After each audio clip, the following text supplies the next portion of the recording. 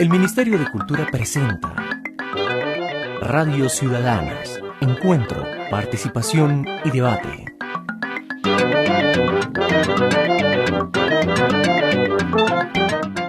Hoy presentamos ¿Qué nos hace sentir colombianos? Segunda parte.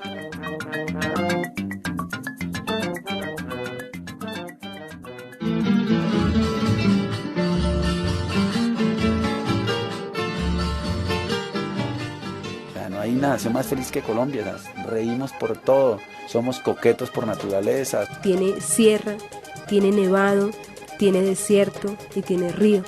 Entonces todas esas imágenes se te cruzan a ti en la mente y empiezas a cruzar colores, amarillos, azules, ocres. Somos divinos en mestizaje, un mestizaje divino, o sea, no somos ni blanco, ni negro, ni amarillo, ni azules, no somos una remezcla. Mi raza, porque soy morena, me siento alegre de tener ese color. Somos la democracia más históricamente más larga de América Latina, siempre quedamos de virreina universal de la belleza. La manera de ser de nosotros, la diversidad cultural, en medio de la diversidad, la identidad nuestra, única. El problema de Colombia es que no hemos sabido controlarle la identidad bien porque nuestra identidad es de miscelánea. Hagamos algo.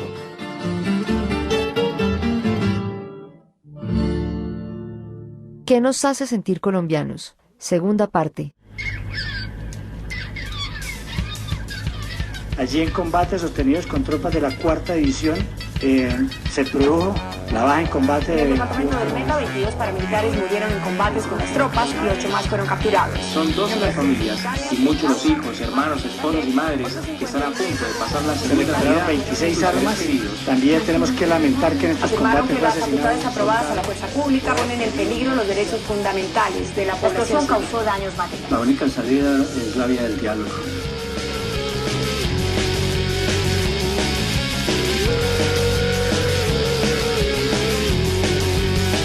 El dolor que nos une.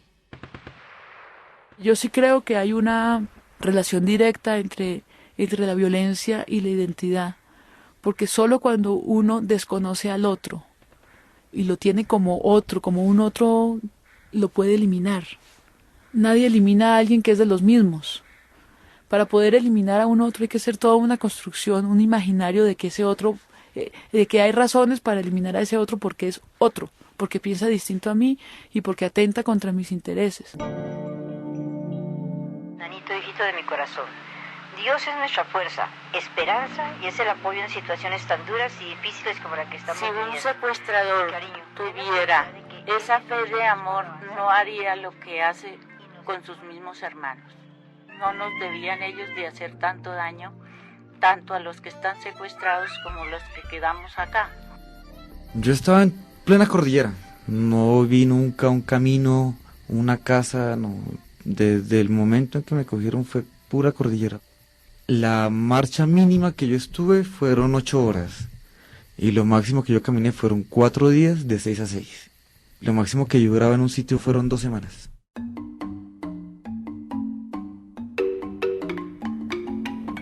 Saber que no puedo regresar a Tumaco por estos días me duele. Saber que no me puedo meter al mar cuando el mar es parte de mi vida me duele. Saber que tengo que comerme en Bogotá un pescado que tiene un mes congelado me duele. Cuando uno en Tumaco se lo come brincando, salido del mar. Eso me duele el dolor, me duele los huérfanos, las viudas de esta violencia insensata pues que cobija este país. A Tumaco lo quemaron a la 1 y a las 2.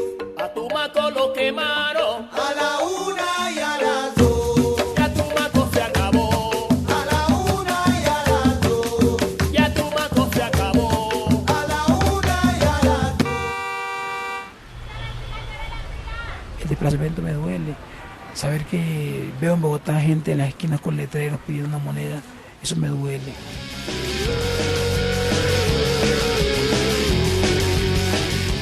Hay gente demasiado pobre y gente demasiado rica. La poca equidad que hay en el país. Los gobiernos se dan cuenta que tenemos un distanciamiento tan grande de una capa social con otra. Y esto nos ayuda a sentir mucho resentimiento. Estoy desempleado, estoy aburrido con el Estado, decepcionado, desesperanzado, terriblemente desesperanzado. La corrupción en el país es lo que más me duele a mí.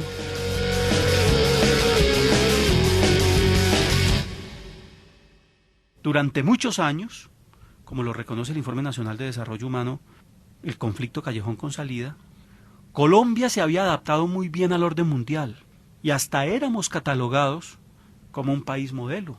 Éramos una democracia estable, éramos un buen vecino. El único defecto que teníamos era el de una guerrilla campesina que se había instalado por allá, en la otra Colombia, allá en los territorios nacionales. Una guerrilla campesina que no le hacía daño a nadie. Pero todo eso cambió cuando aparece el problema mundial de las drogas y Colombia se convierte en un proveedor importante. ¿Y por qué cambió? Porque el narcotráfico desgarró al país entre muchas tensiones internacionales. Por ejemplo, nos volvimos un país peligroso, nos volvimos un país que genera inseguridad en las fronteras, nos convertimos en un país importante para la entrada de insumos que se requieren para producir drogas ilícitas. Es cierto, el comercio está creciendo, no crea que estoy mintiendo, no entiendo, pero estoy vendiendo. Aquí, la vida es así, estoy pegado en el mercado como cicatriz. Ya tengo todo controlado, localizado para ser respetado desde lo alto hasta el barrio más bajo. Y entonces crea una cultura del narcotráfico que es la del no esfuerzo, el de salir rápido de pobre, el del no trabajo, el de tener plata por cualquier medio es lícito. La cultura narcotraficante es la cultura que tú tienes cuando buscas a un amigo para que te haga un favor. Nunca tú hacer el esfuerzo por eso. La cultura narcotraficante es cuando te pasas un semáforo en rojo diciendo me jodí al otro. La cultura narcotraficante es la que me voy en contravía porque yo tengo el carro más grande. La cultura narcotraficante, eso que podría ser controlado por normas, no existe. Entonces, ¿para qué ir a la universidad si puedo por un reality, un reinado de belleza salir adelante? ¿Ve? Entonces todo esto comienza a ser la cultura del no esfuerzo, la cultura del vivo que estaba en lo colombiano. No es que el narcotráfico se le inventó, pero digo que el narcotráfico lo que hizo fue develar una cosa muy complicada. Yo quiero un jet privado, viajar a todo lado, bailar en playas y tener el mundo apoderado. Para comprar mansiones, regalárselo a los pobres sin razones, son dones para mejor educaciones. Saunas, jacuzzi, champañas con Lola y Lucy, joyas y rubis, producir y pronto salir en las movies.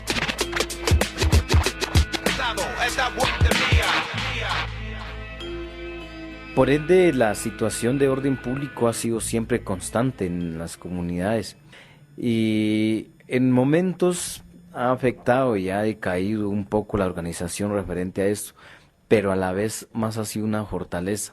¿Por qué? Porque los líderes que han caído bajo las armas de diferentes actores han servido para fortalecernos más. Vivimos porque peleamos contra el poder invasor y seguiremos peleando mientras no se apague el sol. Asimismo nos hemos levantado y hemos protestado y hemos logrado ganar algunos derechos por el derramamiento de sangre que ellos mismos han hecho. Esta marcha se adelanta simultáneamente en varias ciudades. En la Plaza de Bolívar de Bogotá, a esta hora, las madres de los soldados y policías secuestrados piden que no rescaten a sus hijos a sangre y fuego. Esta marcha está planteando que hay que iluminar el camino de la vida y el camino de la paz. Yo digo que la misma violencia está provocando en la gente una búsqueda incesante de salidas. Y esa búsqueda incesante de salidas hace que esas voces que están allí empiecen a ser escuchadas por gente que de pronto miraba en la guerra una salida. Ahora se ve en la esperanza o en esos procesos que vienen caminando y que vienen haciendo cosas, que vienen construyendo país. Desde los procesos sociales están diciendo, hey, nos visibilizamos y creamos esperanza en este proceso, porque si estamos aquí es porque hemos nacido de una necesidad y una necesidad de estar juntos.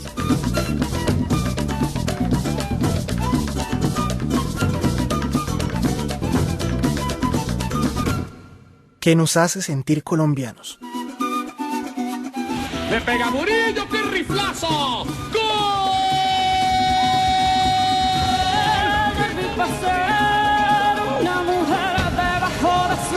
Muy buena la actuación del colombiano, repuntando. Recordemos que en clasificación logró el tiempo número 11. El orgullo que nos une. No somos seres tan... No creo que la palabra sea violentos. Somos seres tercos, obstinados, porque creemos en la igualdad de todos, porque creemos que tenemos derechos a la vida, derechos a la igualdad como pueblo, derechos que nuestras escuelas no se cierren, que nuestros maestros lleguen, tenemos derechos a la libertad y a movernos de un pueblo al otro sin que nadie nos esculque y nos señale, sin que seamos señalados de uno y de otro, pero al fin y al cabo señalados. Tenemos oportunidades de que nuestros ríos se mejoren, tenemos oportunidades de que nuestras tierras vuelvan a germinar y que haya oportunidades para todo. Creo que es la terquedad de esta región. Ama la tierra en que naciste, amala es una y nada más. Saber que tenemos unas etnias importantes, saber que tenemos unos indígenas que cada día están reivindicando, saber que tenemos unos negros que estamos en la lucha por visibilizarnos en este país, saber que los jóvenes tenemos la camiseta puesta para hacer de este país un país grande, donde no se nos excluya, sino que por el contrario se nos respete como diversos, pero que se nos dé también la oportunidad de mostrar que los colombianos merecemos respeto y merecemos oportunidades. La capacidad de reponerse a las miles de tragedias que vivimos cada año y que compartimos es una cosa que en lo profundo nos está haciendo sentir muy colombianos y está generando también una solidaridad grande, ¿no? Que antes no se veía. Una necesidad de que o nos unimos y trabajamos juntos o este país no es viable, ¿no? También. Disputamos, ¿qué es Colombia? Y dejemos el discurso, ay, Colombia es el país más lindo del mundo, me siento orgullosa, es que somos gente creativa, para adelante, un colombiano no se va a ningún lugar del mundo. Eso no sirve para nada. Esos son relatos consentidores de compasión, ¿no? Digamos realmente qué somos, por qué somos tan ladrones, pero a su vez cuando enfocamos esa energía ladrona a ser creativos somos tan genios. ¿Por qué? O sea,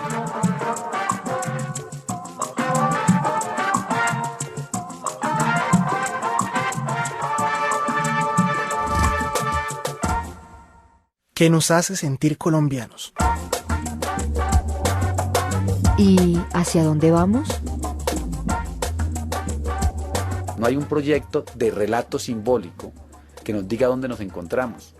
Entonces cada cual sigue buscando un país propio. Estamos ante unas realidades económicas, ante unas realidades políticas, militares, sociales y culturales nuevas, que nos llegaron de un momento a otro como caídas del cielo a esta casa en la que vivíamos todos, que tenía un techo, que era el techo de la moral católica. De pronto llegan todas estas realidades nuevas, tumban ese techo y ese techo nos cae y parece que nos aplastan a todos. Es eso que el padre Pacho de Rú tan bellamente ha llamado, que Colombia era una casa en la que no cabíamos todos, porque excluía a muchos, que un día se nos desplomó y todavía no hemos sabido fijar las normas y las reglas para reconstruirla con unas nuevas reglas de juego, una casa donde quepamos todos. Colombia, una casa para todos. Pacho de Rú dice muy bellamente también que estamos en esa casa viviendo en una intemperie ética, porque sustituimos la moral católica, que hacía las veces de ética ciudadana, la sustituimos por otras nuevas morales y por otras nuevas normas éticas, que corresponden a estas realidades dolorosas que estamos viviendo y de las cuales, con imaginación, con creación y con un reflujo de estas cosas que nos atropellan, tendrán que salir nuevos imaginarios de lo que es ser colombiano.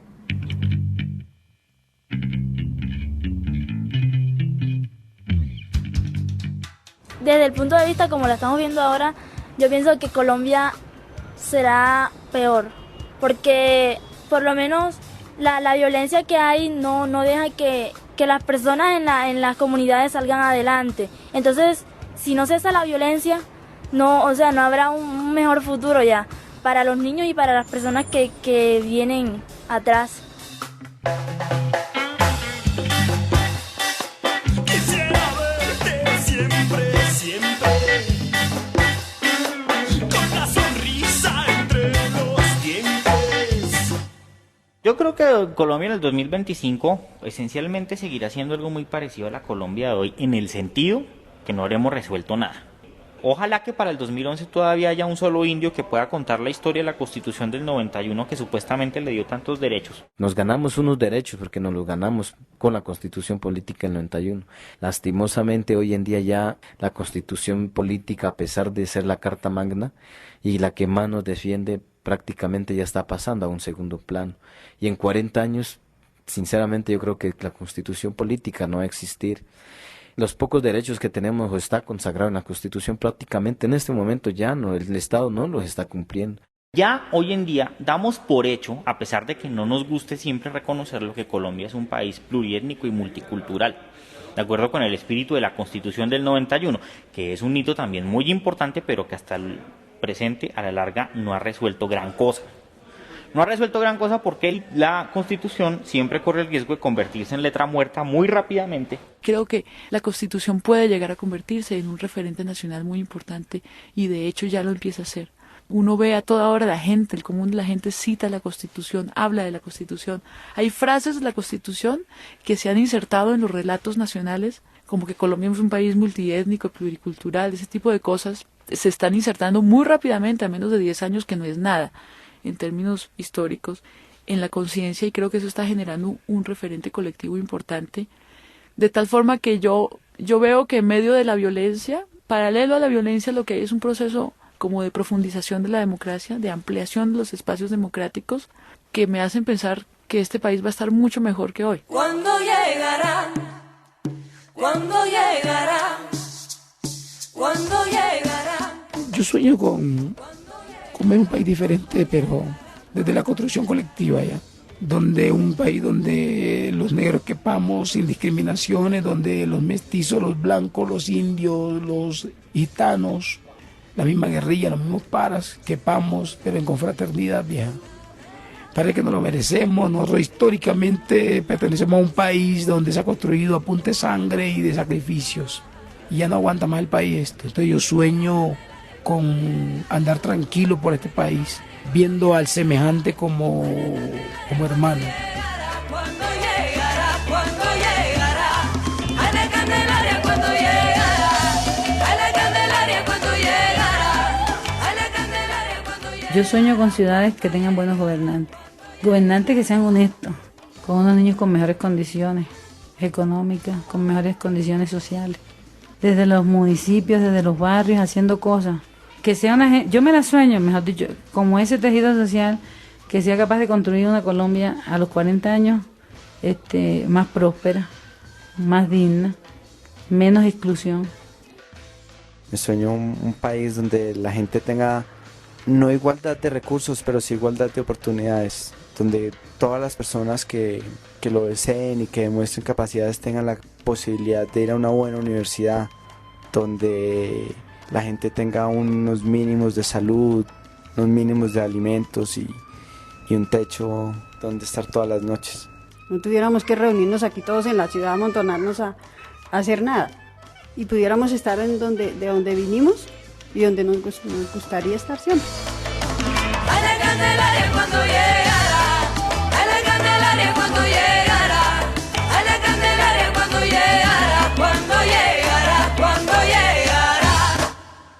¿Qué nos hace sentir colombianos? Hacia la construcción de un proyecto de nación. Un proyecto de nación significa que desde la diversidad regional de Colombia, desde la diversidad étnica, desde esta federalización del territorio, desde esta ausencia de Estado, nos pongamos todos de acuerdo sobre unos mínimos de lo que es la nacionalidad colombiana, unos mínimos sobre lo que es el Estado. Hemos hecho esfuerzos por construir eso, pero eso no lo hemos profundizado. Hemos hecho unos bocetos de lo que es una nación. El último de esos bocetos está más o menos dibujado en la Constitución de 1991, digamos desde el punto de vista normativo, jurídico, desde el punto de vista político-administrativo, pero la nación es mucho más que eso. Somos un país fragmentado en el territorio, somos un país segmentado en la población, somos un país políticamente incapaz de generar diálogos, de generar procesos de debate público, y lo que salga de proyecto de nación tiene que ser recogiendo estas tres cosas que le acabo de mencionar. Es el resultado de un proceso de construcción. Yo creo que la noción de ciudadanía, y me parece que Bogotá es un buen ejemplo de eso, es algo que se puede aprovechar para generar proyectos colectivos y mostrar y hacer evidentes intereses comunes y colectivos, que es lo necesario para que haya sentido de pertenencia. ese sentido de comunidad. Y es que la noción de ciudadanía permite que tú y yo tenemos los mismos derechos y deberes, no importa si tú compartes mi religión o mis gustos musicales o mis gustos culinarios, o si tú tienes una forma de uso de la tierra diferente a la mía, eso no importa.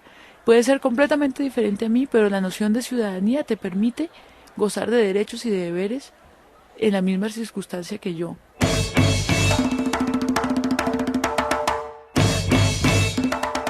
Yo digo que la base fundamental de todos esos procesos de soñarnos otra Colombia es descubrirnos como seres comunicantes, como que tú y yo nos podemos comunicar. Y si en este momento se está apostando a eso, yo sé que se está apostando a eso, dentro de 40 años nosotros podríamos hablar de una Colombia que está reconociéndose su diferencia. Porque ahora podemos decir, sí, es que somos diferentes, pero no nos reconocemos en nuestra diferencia. Creo que los dos ejes fundamentales son comunicación y educación. Comunicación porque los medios hacen la nación. Los medios son los que son los que comunican, los que ponen a dialogar de una manera u otra a las personas que están ubicadas en los confines más remotos. Vemos también que hay que construir un ser humano más espiritual, de mucha más ternura, y la herramienta de la comunicación es adecuada. Entonces creemos que es una comunicación dialógica, una comunicación de reflexión, una comunicación de construcción propositiva. Y por otra parte está el papel de la educación. Las naciones se siguen moviendo por elementos absolutamente simples desde los principios de la noción misma de nación. La nación necesita de mitos nacionales, de relatos que a todos nos pongan de acuerdo sobre unas bases, sobre de dónde venimos, sobre para dónde vamos. Es un mito nacional que toca reconstruir, porque ya que nos damos cuenta que somos una nación pluriétnica y multicultural, es un mito nacional que tiene que incluir por fuerza mayor a los otros elementos de la sociedad que antes no existían, a los grupos indígenas, a los afrocolombianos, a los gitanos. Y de nuevo, y también a los cocaleros, y también a los guerrilleros. Es decir, tiene que haber ese gran mito nacional. Pero también habrá que pensar en una educación pensada para la gente, con la gente, en donde tengamos oportunidades de ser muchísimo más ser. Y para ser hay que recobrarnos en nuestros hechos artísticos, en nuestros hechos festivos, en la cotidianidad, en lo que somos. Con la tranquilidad que eso implica, sin pensar qué es lo que sobra, sino qué es lo que hace falta, lo que sumaría para que este país saliera adelante.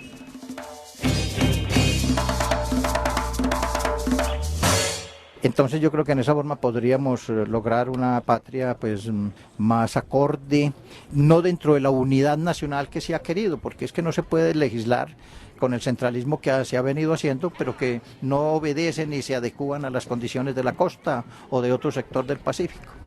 Creemos que si hemos resistido más de 500 años, creemos que de aquí a 40 años todavía podemos estar identificándonos como indígenas. Y la idea, por eso mismo, es estar vendiéndole día a día al pueblo colombiano en general el pensamiento, o cómo pensamos nosotros, y nosotros, asimismo, a los hijos, decirles a ellos, sembrarles desde el corazón y volver a recuperar ese pensamiento de que ellos se sientan igualmente orgullosos y que sientan esa sangre indígena en cualquier parte del mundo y en cualquier momento y donde se estén moviendo. Y hoy se hace historia de gente anónima, se hace historia de sujetos que antes no eran visibles, historia de las mujeres, de los niños, de las comunidades indígenas, las comunidades negras, y de alguna manera los referentes se han vuelto múltiples y muy complejos y muy variados, y cada vez es como más fácil encontrar referentes tanto individuales como colectivos.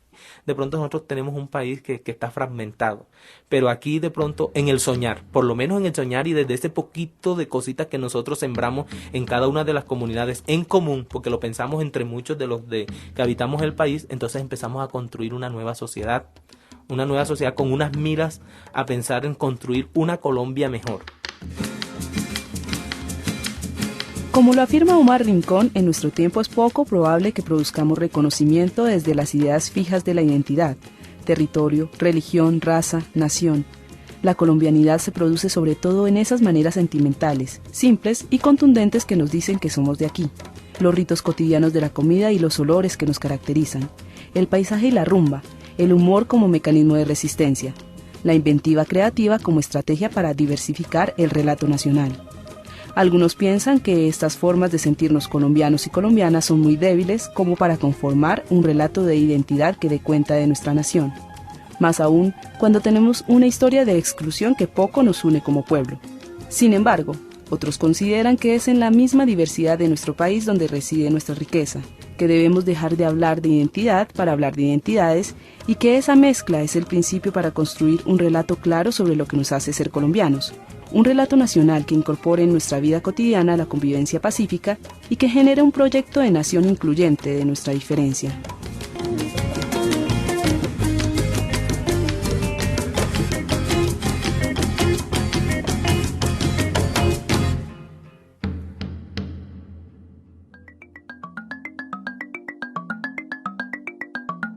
Este espacio fue producido por el Ministerio de Cultura gracias al apoyo del Programa de Naciones Unidas para el Desarrollo PNUD y la Agencia de los Estados Unidos para el Desarrollo Internacional en Colombia, AID, Colombia. ¿Qué nos hace sentir colombianos? Fue realizado en Bogotá, en los estudios de la Dirección de Comunicaciones del Ministerio de Cultura. Libreto y dirección, Angie Forero y Aura Patricia Orozco. Musicalización, Paulo Andrea León. Investigación, Angie Forero y Aura Patricia Orozco. Locución, Catherine López. Asistencia técnica, Miguel Ángel Rodríguez.